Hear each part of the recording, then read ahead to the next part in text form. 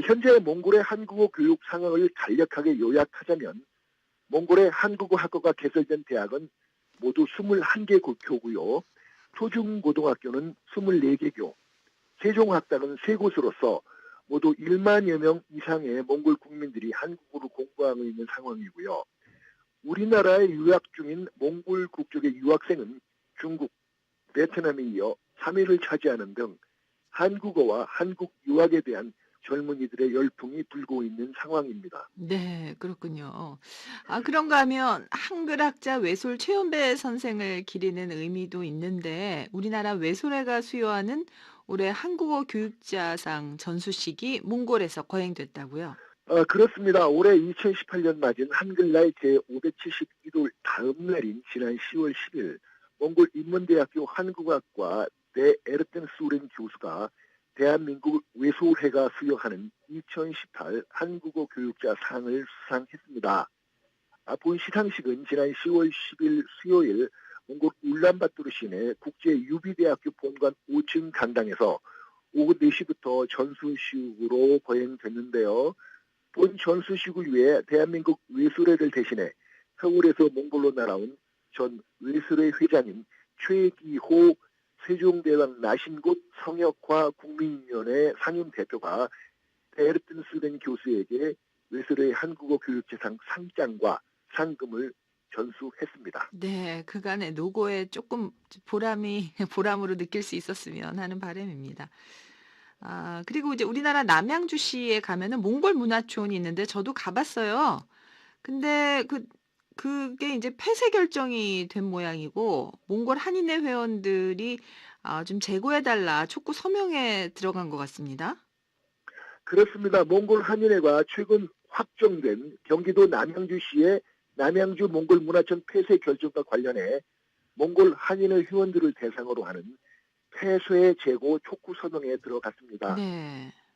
남양주 몽골 문화촌은 지난 1998년 경기도 남양주시가 울란바토르시와 체결했던 우호 협력 협정을 바탕으로 경기도 남양주시가 지난 2000년 약 6만 제곱미터의 남양주 수도면터에 건설했던 대표적인 몽골 문화의 요람이기도 합니다. 네.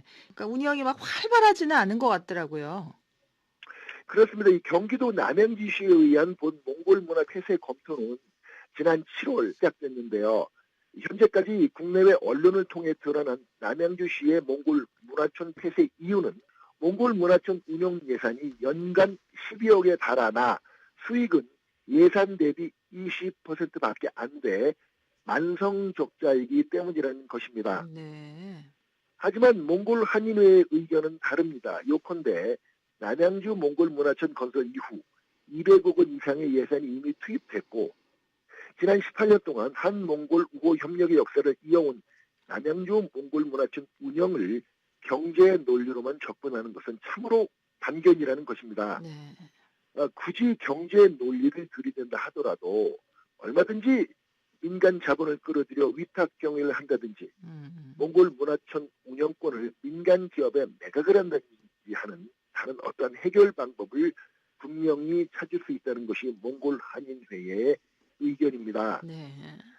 요컨대 그 몽골 한인회 국정연 회장을 비롯한 회원들은 남양주시의 몽골 문화촌 폐쇄 결정에 대한 후폭풍은 몽골에 거주하는 우리 한인 동포들의 몫으로 부메랑이 되어 되돌아올 것이 자명하다고 전제하고 올해 3월로 한몽골 수교 28도를 넘기고 이제 바야흐로 30도를 향해 당당히 전진하고 있는 우리 몽골 한인 동포들은 졸속 행정의 전형인 남양주 몽골 문화촌 폐쇄 결정을 부디 재고해 주기를 한마음으로 희구한다는 입장을 밝혔습니다. 한편 몽골 울란바토르시는 경기도 남양주시의 몽골 문화촌 폐쇄 가닥 소식에 에스바트볼트 몽골 울란바토르 시장 명의의 한몽골 우호 관계의 지속적 증진을 기원하는 공문을 지난 10월 4일 신임 남양주 시장에게 발송한 상황입니다. 향후 경기도 남양주시의 대응이 주목되는데요. 현재 몽골 현지에는 약 3,500여 명의 우리나라 재외 국민들이 거주 중에 있습니다.